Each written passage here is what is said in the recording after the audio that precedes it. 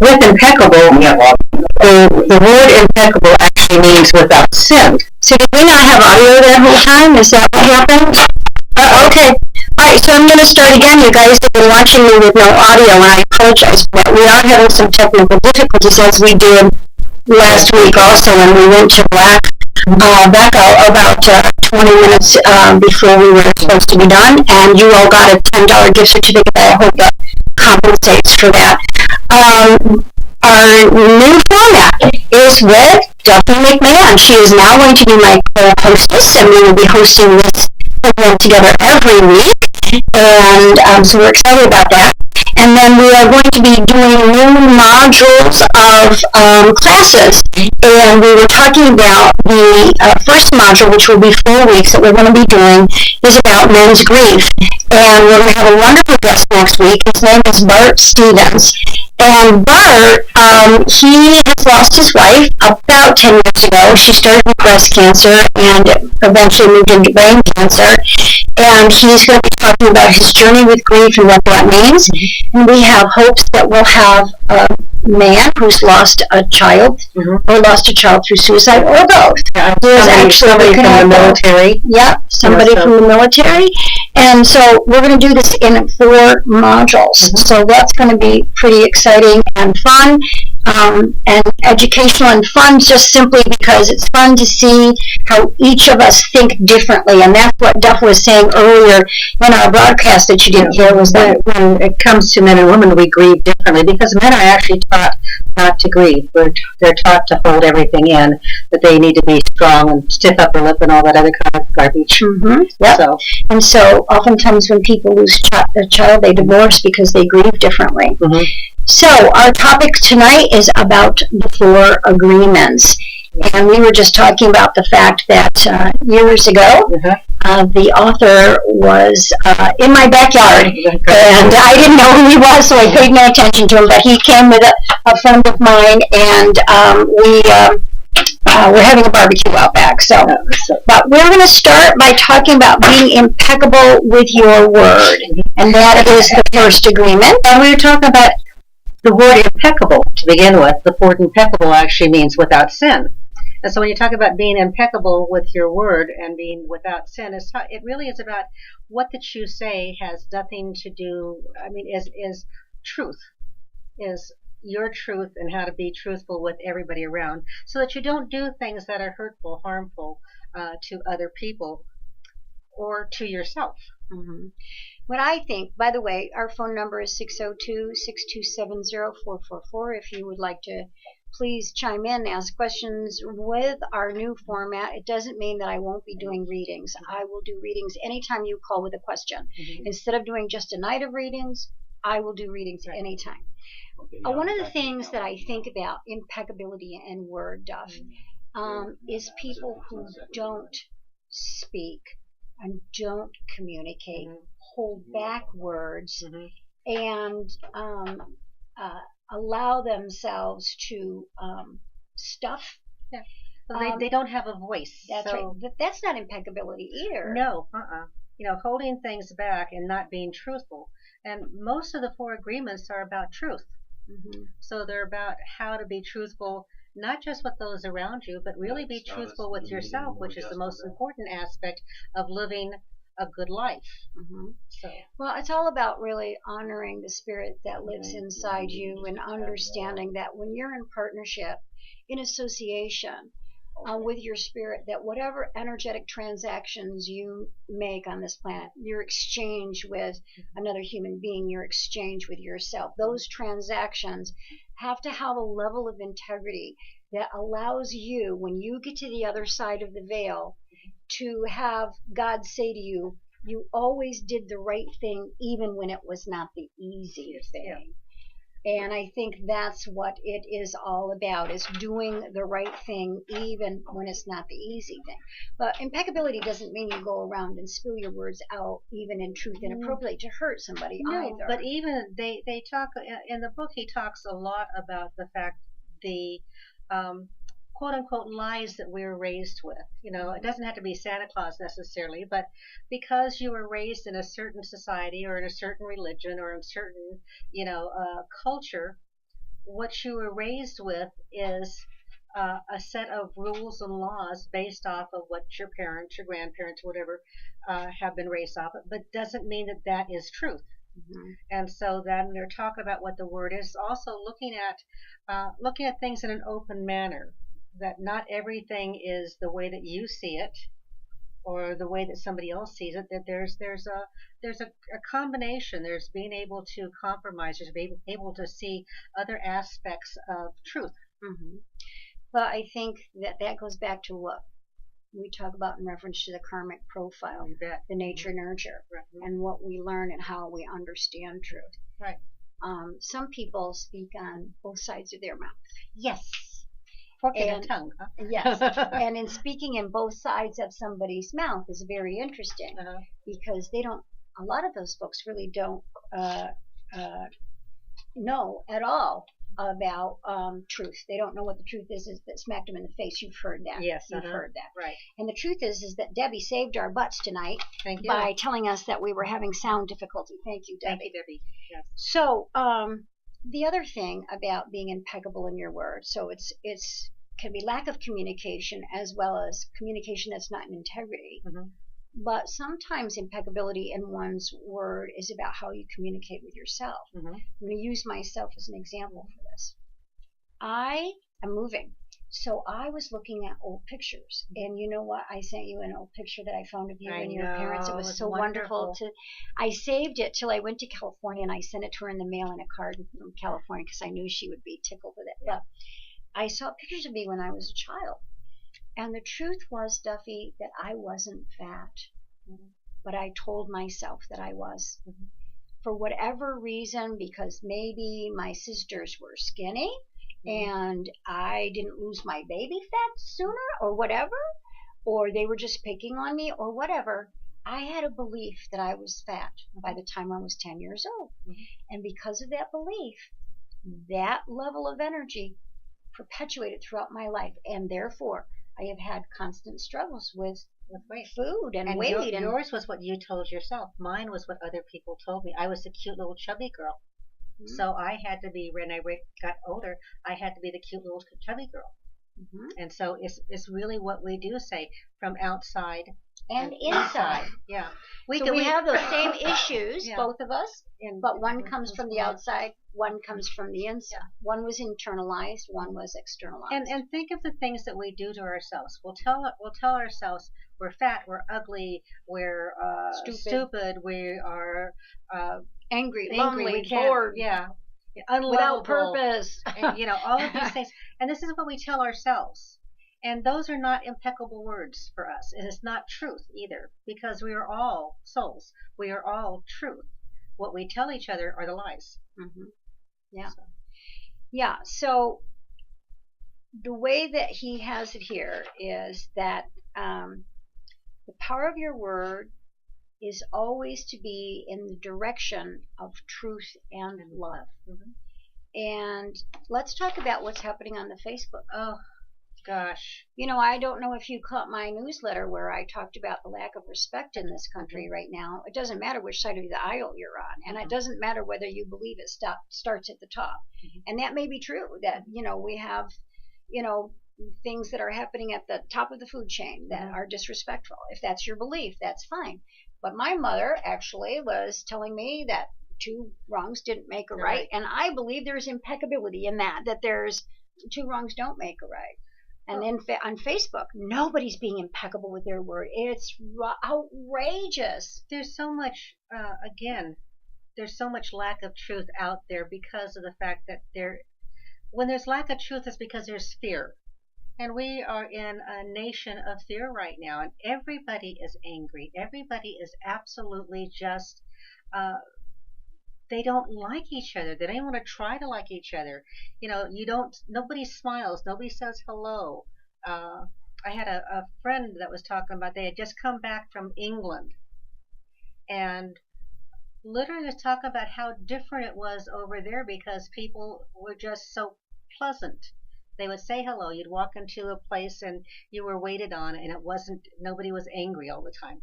Now they have as many things going on over there with terrorism and even more so. Yeah, even more so. Yeah. And political upheaval, but something is going on in the United States that is something I can't identify. I really can't. I've tried to.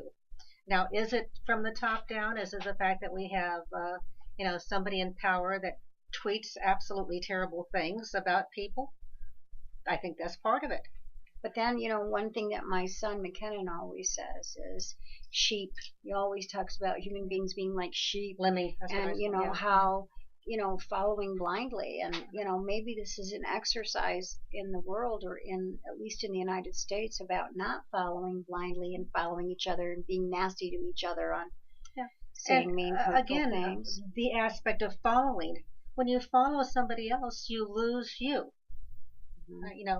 What about your sense of who you are? What about your sense of, this is my truth, I don't believe that, I don't want to do this, and taking responsibility for what you do, instead of, again, blame or using something else or someone else to justify what that you do.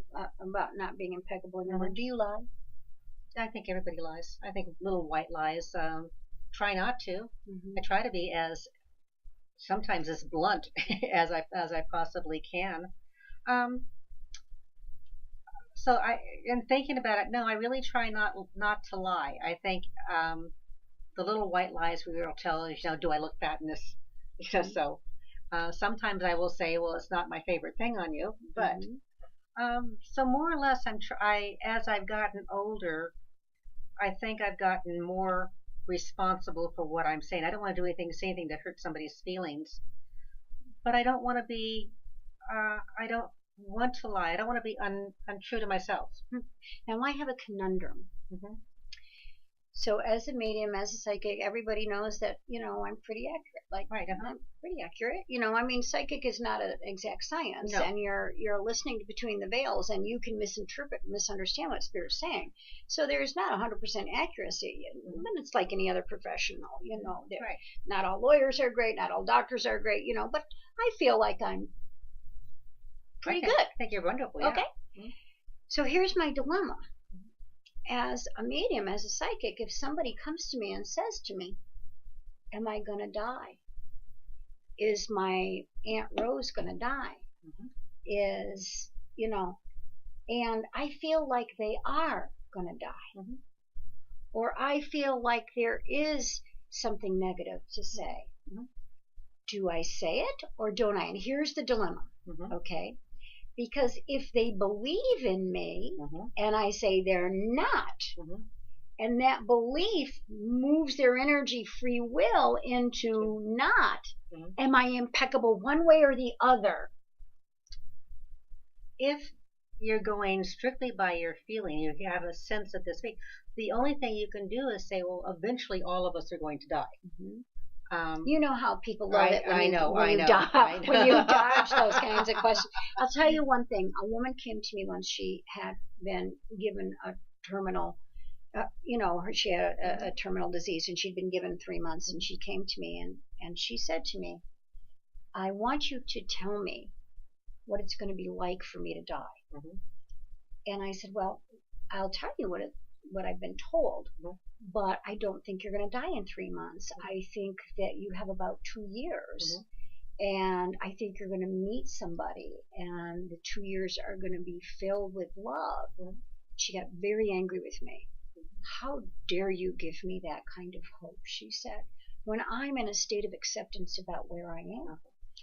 I said, well, holy shit, you're paying me for my expertise. So I guess one way or the other, you're going to tell me. When you're dead, you can tell me. When you're alive, you can tell me, right?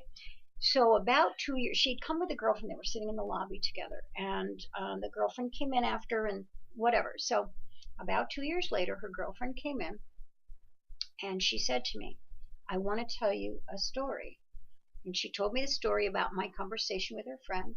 And she said, she went up to her class reunion because she thought, well, my goodness, it would be nice to see my old classmates before I die. She met an old high school boy. They got together. And she said it was 2 years to the day of the reading that the woman passed. Yeah. And I was tickled, of course, Yeah, that, right. that was something that came true. Mhm. But you're really on the hot seat when you're in my job with that kind of You stuff. are on the hot seat, but the thing is that as you talked about a free will, you can determine what it is that you want.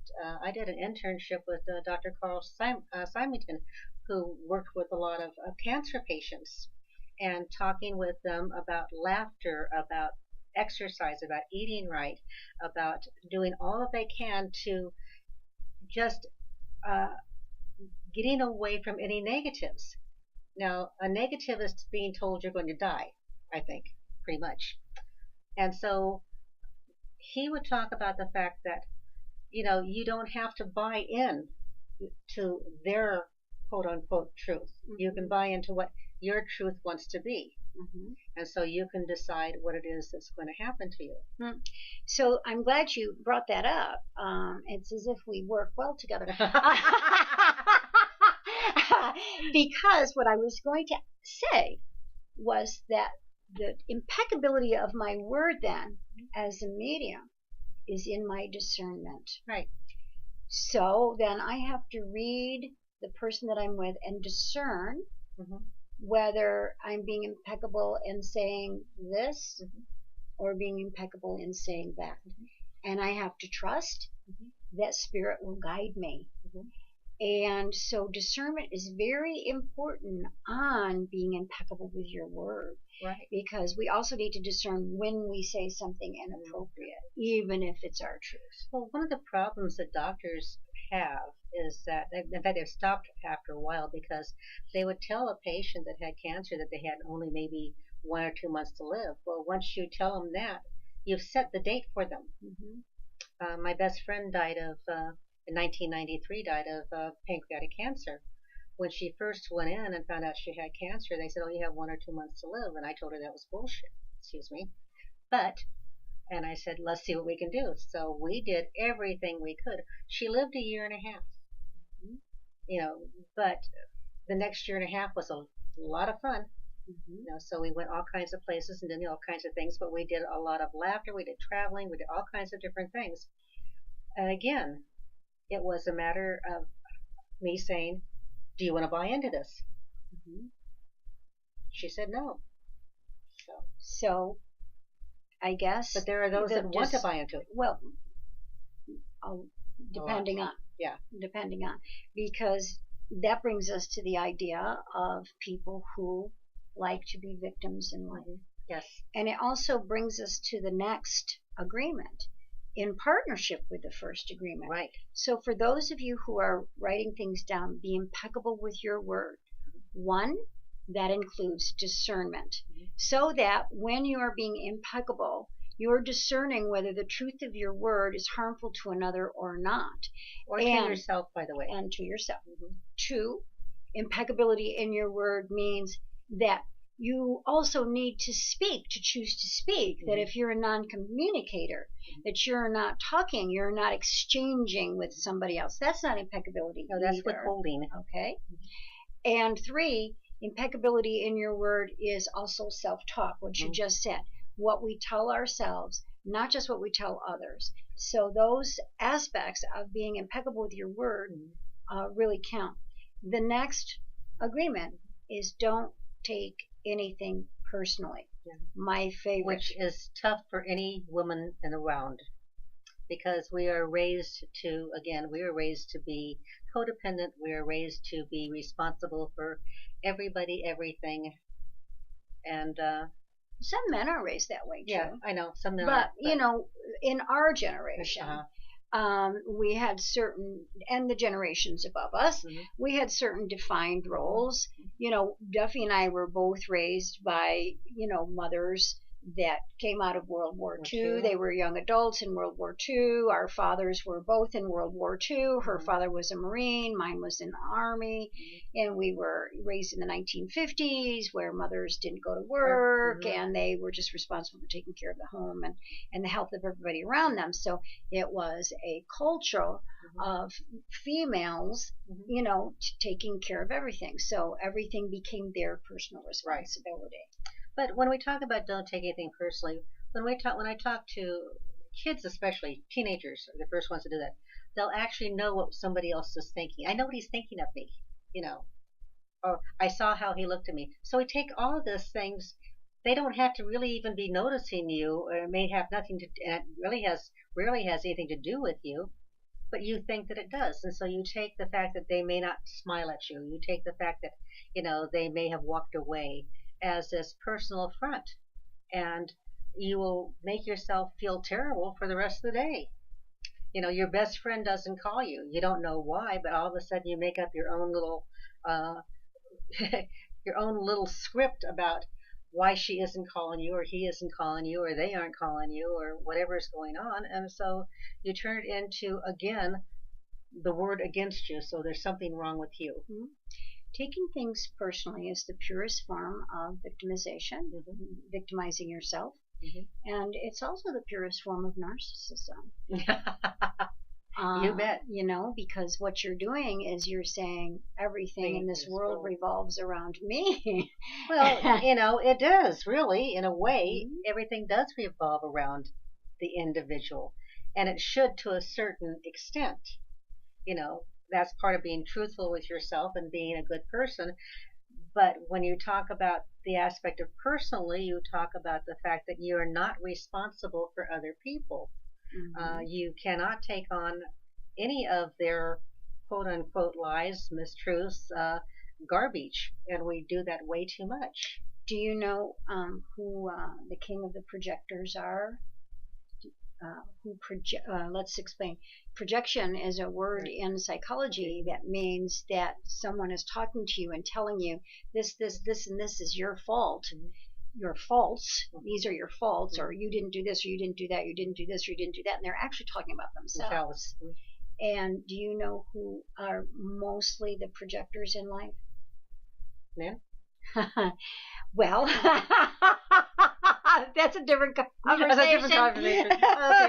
Okay. But victims. Victims, yeah. Because you don't want to take responsibility. You know, it's very hard to say, oh, I messed up. It's very hard to say, oh gosh, I really am sorry. I meant to do this. I didn't have time, and I'm sorry. Which goes back to impeccability with word, by the way, because we all screw up. Yeah.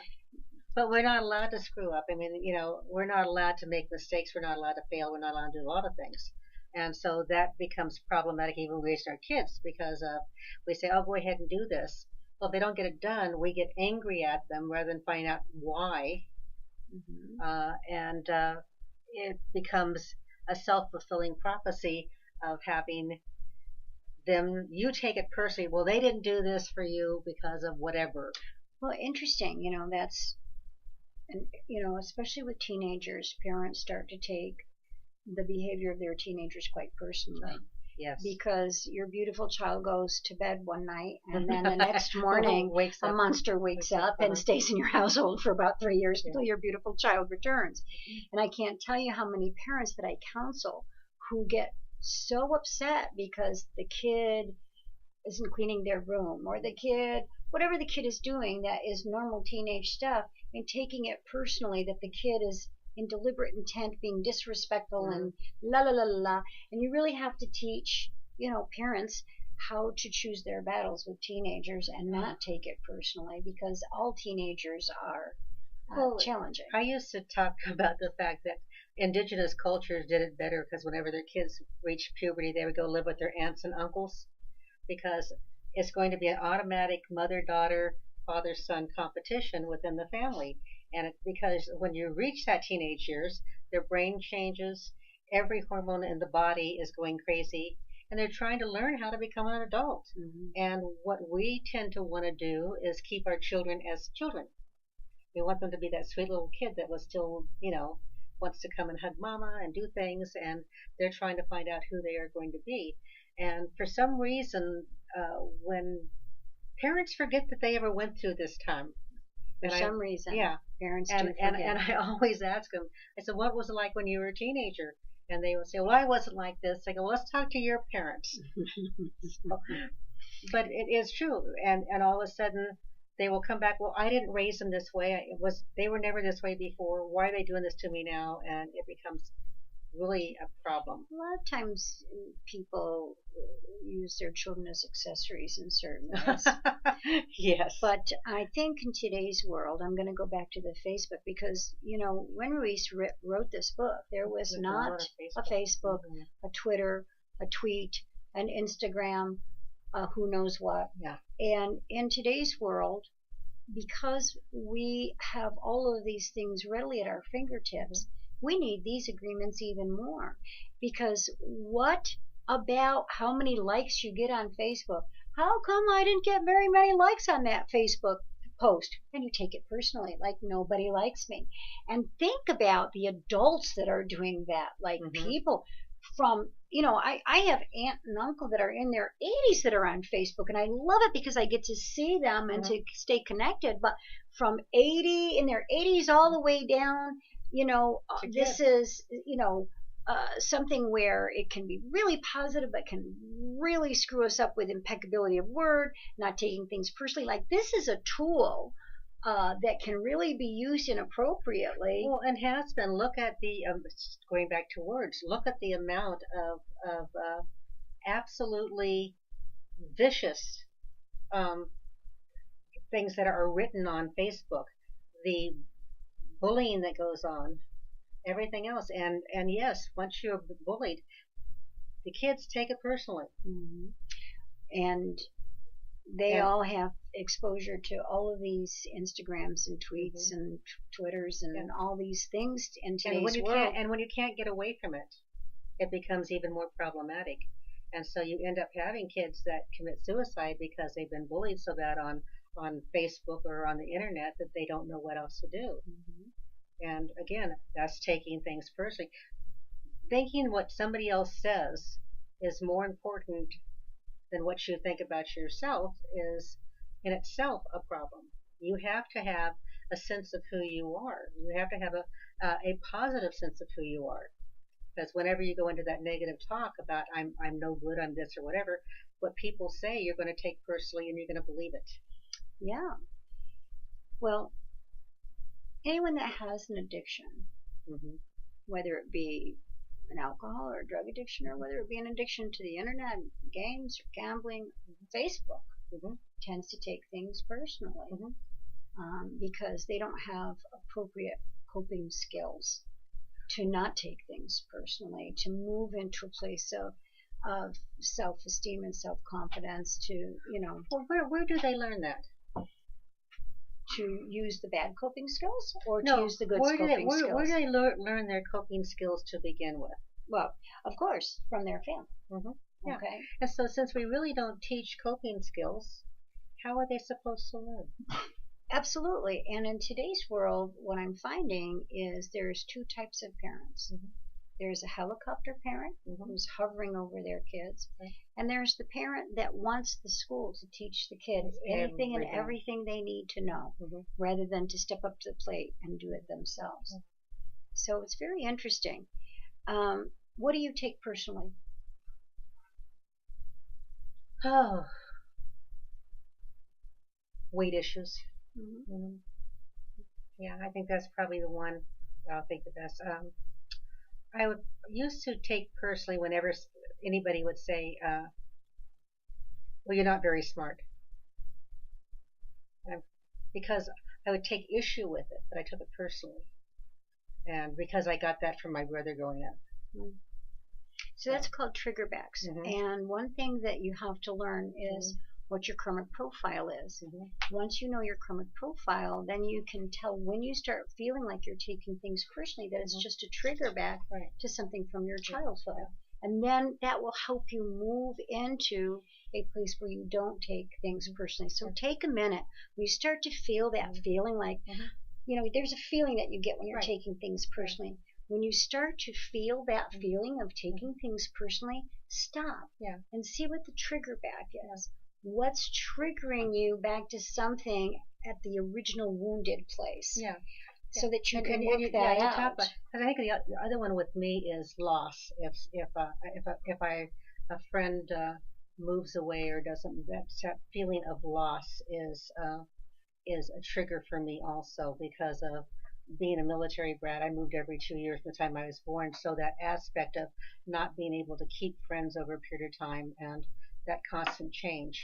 And then you had lost a brother.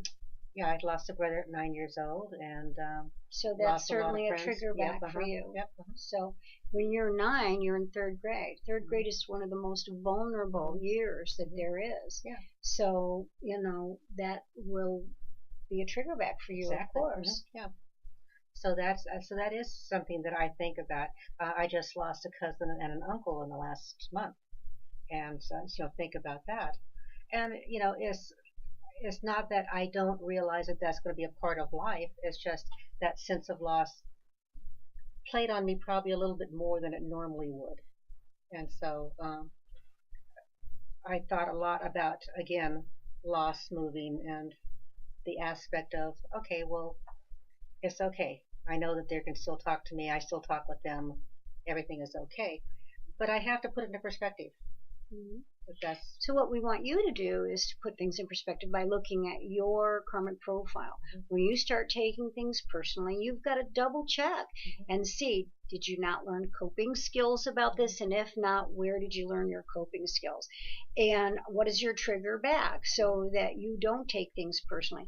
And I think sometimes you just have to have a plain sense of humor to not take things personally. Oh, yeah. You've got to have the ability to laugh at yourself. Which I do an awful lot. So, yeah, because that helps you to... And you asked me, what about yours? What are some of your things that you take personally? Well, interesting, yesterday was my mother's death day. Yeah. And I think I have been missing her more lately. And I talked to Bill a little bit about it last night, and he said, well, she's been gone a while. Why are you, taking her death so personally right now? And I stopped to think about it, and I found my answer right away. And that is that my daughter has gotten very, very busy in her career, and she works as much as I do. And I get to see my sons more than I get to see her. So it was about my daughter not spending time with me, and that feeling that I'm getting older, and that that kind of thing. So that's where that personal feeling came in, and I recognize the trigger back. That's a little bit different about taking things personally, but so I guess when I'm feeling neglected, because I've always said that my mother was just a custodial mother, and so if I feel like I have something custodial happening around me, I take it personally. That makes sense? Yes. So, and that's not what my daughter's doing, and of course, but I think that's what the trigger back was. So how about number 4? Don't make assumptions. And this says, find the courage to ask questions and to express what you really want. Communicate with others as clearly as you can to avoid misunderstandings, sadness, and drama. With just this one agreement, you can completely transform your life. Why is this your favorite, Dove? Oh, because it's something that is so much a part of my life, and something that I have taught for the longest time when it comes to people learning how to communicate, because communication is primary in relationships everywhere. And quick story, and that is when Pat and I were first married, when we got into an argument about anything, we get to a point, and if I got to where I was sarcastic, I knew I had lost it. I told him I'd never win with him in a verbal battle. So I get to the point, and I'm getting sarcastic, and I know I'm going to say things that I don't mean just to be mean. And so I would stop the conversation. I go, okay, we're going to stop now. Time out. And I'd walk away. And he would follow me and say, you can't stop this now. We got to finish this up. I go, nope, I will be back. Now, I don't know where I learned this. I have no idea. But I would go away, and I literally put it into perspective. What was making me so mad? Okay, when he said this is how I took it. Was this something that from growing up or from my previous marriage? Was it a brick I'm carrying with me? And then I would go back and say, when you said this, this is how I heard it. Because what's said and what's heard are two different things. Mm-hmm. And he go, well, that's not what I said at all. Mm-hmm. So we learned that, or I'd come back and say, something, when you did this, it reminded me of what my ex-husband used to do, and it just ticked me off. But it was a matter of learning how to clarify things. And so even whenever, down the road for the last 33 years, whenever we'd have any type of discussion or any type of a fight, after a while we get to the point where I'm saying, okay, we got to clarify. I'm not sure what you mean by this. I don't know. And so that to me is why it's so important, because it's what has kept Pat and I together for 33 years and being able to talk. I mean, it doesn't always work that way, but pretty much does. So do you think that when someone is not impeccable in their word and they shut down communication and they don't talk, that it's easy for the other person to assume, and that's, remember what we were taught when we were kids, assume, ass, you, me. I mean, assuming makes an ass out of you and me. So do you think that that's part of impeccability? Does that tie into impeccability, not taking things personally, that assumption place? Oh, certainly it does. It has to. Because if you're assuming things, one, you don't know if the word is truth or not, or if you're being impeccable. So, and if you're also assuming things, you may take something personally that wasn't meant that way. So yes, it all ties in together. But the biggest thing that we all do is we don't really get clarification. The English language in itself is not an easy language. There's a lot of words that mean the same thing in a way. Don't you think also tonality plays into it? Tonality, facial expression. Just the simple word hello. I mean, hello. There's that wonderful TV commercial where one guy's got his car, the teenager gets her new car, and the other guy has his car damaged or something, and they're saying the same words with different intonations. Right, exactly. Because I think that even when someone is speaking, the way that they are speaking and their intonations has to do with assumptions, taking things personally, impeccability, and all of those things. Well, you can say the nicest thing in the world, but if you say it with a sense of anger, it's not going to be taken as a wonderful thing. So, well, I always say to people that I learned how to speak differently when I was a young waitress. And supporting 3 kids on a waitress's wage. So I learned real quick that you don't go over to the table and say, do you want dessert? You go over to the table and say, we just took a hot apple pie out of the oven. Because that, absolutely, I would assume that those people would more likely say yes to that apple pie than do you want dessert. Well, everything approaches really everything.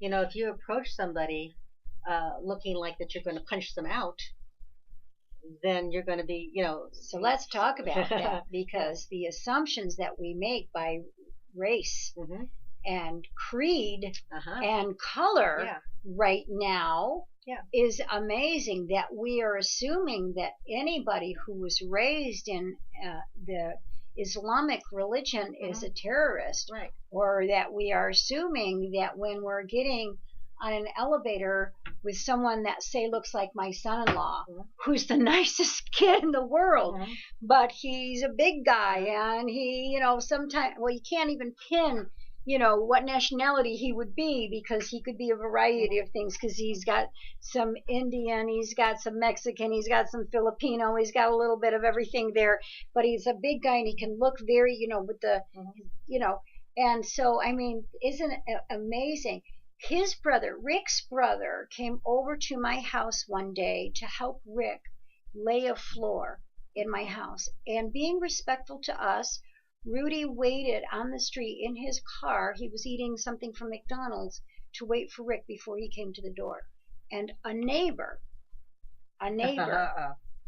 came over to him and said, "What are you doing here?"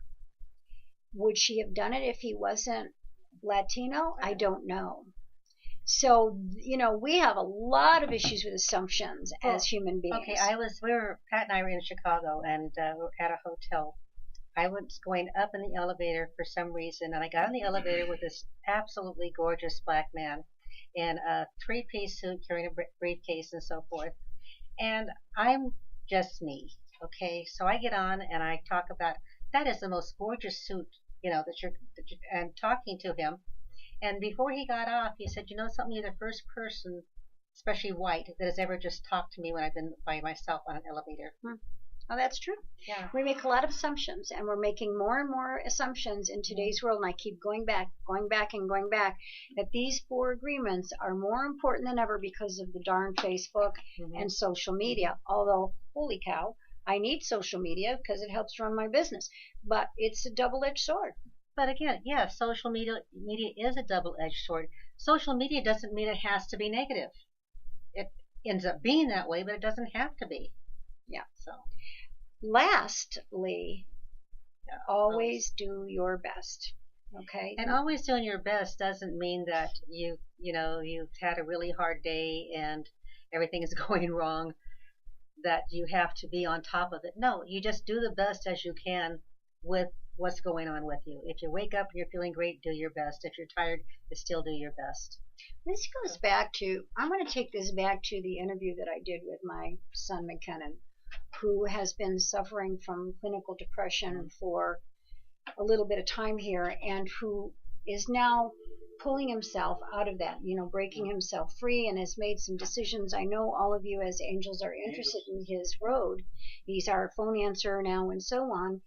And he's decided to go back to school, Duffy. Yeah. And he already has a medical degree, and he's going to move on and go into nuclear medicine. So we're really happy about that. So, but it doesn't mean that when McKinnon was in the throes of the depression and he couldn't work, that he wasn't doing his best. No. We all try to do our best no matter what. If you're sick, you still do the best that you can. I don't think. Let me interrupt you. Okay. I do not think that people always try to do their best. You don't? I think that you assume that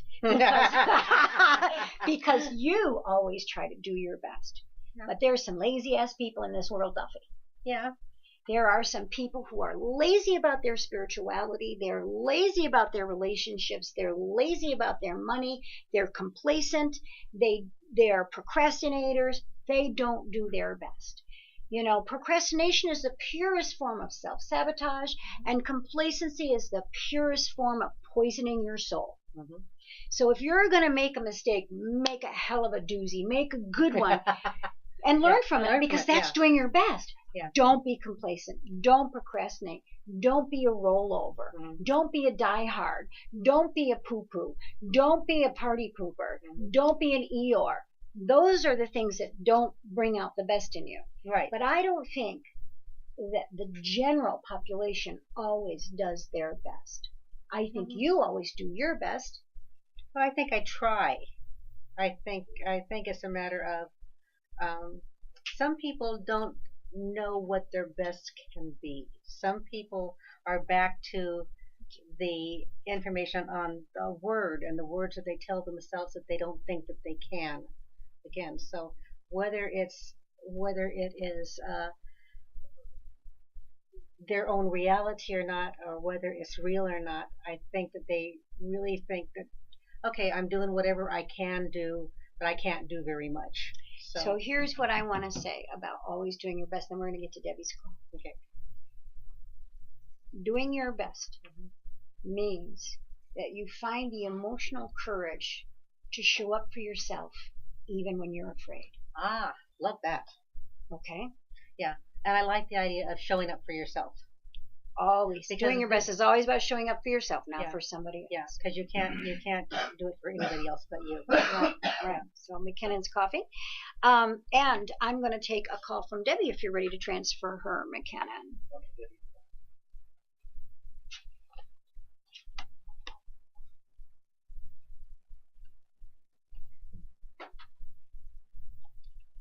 Hi, Debbie. How are things going in upstate New York? Oh, they're going. I'm not sure how well, but they're going. How are you girls tonight? We're really good. Thank you for letting us know that we were having technical difficulties. We certainly are apologizing for our technical difficulties. I'm telling you, everybody, that within the month, we will be moving our studio and having the Wizard of our in-laws come and wizard us up and make sure that this is not happening. So we will, Duffy and I will be. It would have been a shame. It would have been a shame to miss a single word tonight. Yeah, well, thank you. Duffy and I will be in a new studio, and we will be doing all kinds of modules that are going to be fun and interesting. Have you read the 4 agreements, Debbie? It's been on my list of books to read. So what I did was I went on Pinterest and I pulled up different quotes and stuff from the book because I don't have the book yet. And I looked at them a few weeks ago and on my own before I knew we were going to be doing this. And I thought, wow, this is where I'm running into roadblocks. And I'm trying really hard. And I'm doing my best. And today was the perfect example of finally realizing what my truth was, standing in my truth, and my God, the shit hit the fan. Isn't that great when the shit hits the fan? Because it all gets blown off of you. And then you don't stink anymore, Debbie. Tell us. Well, I was standing right in the front, so I got the brunt of it. Let me tell you, no one else did. Yeah. So tell us. I'm trying to learn from this experience, and this just happened before this tonight, and I'm kind of stuck because I know what I feel. I know what I said. I said it in a way not to hurt anybody. Or to anything else. It was very clear, and it goes back to that communication problem we've had since day one. Yes. It's gotten better, but there's still roadblocks. Yes. Debbie, there always will be. It's not going to be a matter of things changing overnight. So whenever you say something, no matter how clear that you think that it is, the other person may not think it's that clear. Okay. The other person may misunderstand and may not even take the time to find out what that you meant, and that's part of the aspect with don't take things personally or the assumptions. So whenever you do say something and you think that you're being very clear with it, and you know that you are, and it's your truth, own that. Okay. And understand that you do a reflection thing with it. Sorry to interrupt you, Duffy, but so that when you're communicating, you're saying to the person, what I'm hearing you saying is that you don't like bananas. Right. And the other person says, no, that's not what I said. I said I don't like banana splits. Right. Okay. So, that kind of thing, so that you have that clarity. Because some people, some people look through rose-colored glasses. Some people look through glasses that make their vision 20/20. Some people look through the bottoms of Coke bottles. Right. Okay. But as long as you're clear. Where do I go when that person shuts down and just doesn't want to talk about it anymore and then just wants to move on from there? For me, I can't just pick up and move on from there because something is left hanging there that hasn't been resolved. It's going to show up later. You can never get into you can't sit down and force somebody to do anything, by the way. Right. So the thing is to really look at the timing. And so since it's raw right now, you're not going to be able to do anything. You might wait a day if they have shut down, and then wait a couple of days and just bringing it up slowly and say, can we really talk about this, because I need to get some clarification. Bring it back to yourself, because what it is that you need to get the clarification. You're doing this for you, right? Because you're not going to be able to change that other person's opinion no matter what.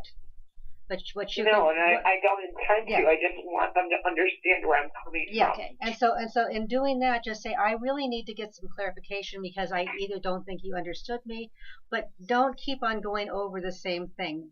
Make it as succinct and just say, this is what I felt. And be as open and honest with it. But it may not happen today or tomorrow or the next day. But wait until there's some time when there's not any type of bad feelings or hostility or animosity or anything else. Try set communication, Debbie. Set communication means sympathy, empathy, truth. I am sorry you're uncomfortable talking with me about this. It must be very difficult for me to push you into communicating. But the truth is if we don't learn to communicate, then it will ruin our relationship. Yeah. Sympathy, And empathy, I used that truth. from the day you told me. Okay. And that was like over a month ago. Good. And we've been doing really well, and all of a sudden, and I know no relationship is perfect, and I know life isn't perfect, but it doesn't really need to be this difficult. Don't let it be that difficult, okay? And that sounds kind of benign, or banal, either one. But Sounds like a good advice. Yeah. Okay. But again, what happens is that we're going back to you taking everything personally right now. Everything that's going on, you're taking so personally that it is upsetting you. Am I right? You're right. Okay. So It's not about me. No, it isn't about you. So why are you taking it so personally? Go neutral. Go neutral. Yeah, go neutral and realize that. Because Well, I understand it hurts. We understand. And I understand that there are things that go on. But again, you cannot control somebody else. Men think different. Men think differently than we women do, Deb. Men just think differently than women do. And they also communicate differently than we do. Give them some space on it. Watch this, Deb. Push on my hand. Okay, Duffy and I are pushing on each other's hands. Do you see that, Deb? yes, Who's in control, me or Duff? neither one. That's Okay. right. Now she's going to do it again. Watch. Who's in control, me or Duff? There's a delay so that Okay, give it's it. hard to tell. Okay. Wait, see if you can see it. I'm in control because I let go, Deb. Okay, when somebody lets go, they're in control. It's called surrender. It's a real important aspect of spirituality. You have to surrender to what is in order to make it change. That means you have to learn how to neutralize your own energy field and move through that feeling of taking things personal and assuming that he's not going to be able to communicate and that what you presented to him is something that is going to be a difficult thing to move forward from. Just go into neutral. Speak to him in set communication terms and let him have some time to think. You know, Billy is not the greatest communicator. My Billy is not the greatest communicator in the world. Okay? And, you know, we don't have, you know, sunshine and lollipops every day either because I know you'll find this hard to believe, Deb, but I can be difficult. Not me. And what he'll do is he'll wait and he will give himself time and then he'll come back and communicate because I made it very clear to him in the beginning of the relationship that no communication means no relationship. And I meant it. Even though I fell in love with him from the first time I saw him, I meant it because I want to have a relationship that has communication. So you have to be willing to have the emotional courage. And I'm going to say this quickly because McKenna's telling me we have to get off, honey. But you have to have the ability to have the emotional courage to let him go if this doesn't work for you and to be clear about that so that he can make his own choices around that. Not in a threatening way. I never threatened Billy. I just told him, this is how we're going to roll in a relationship or I can't roll. Okay? Okay.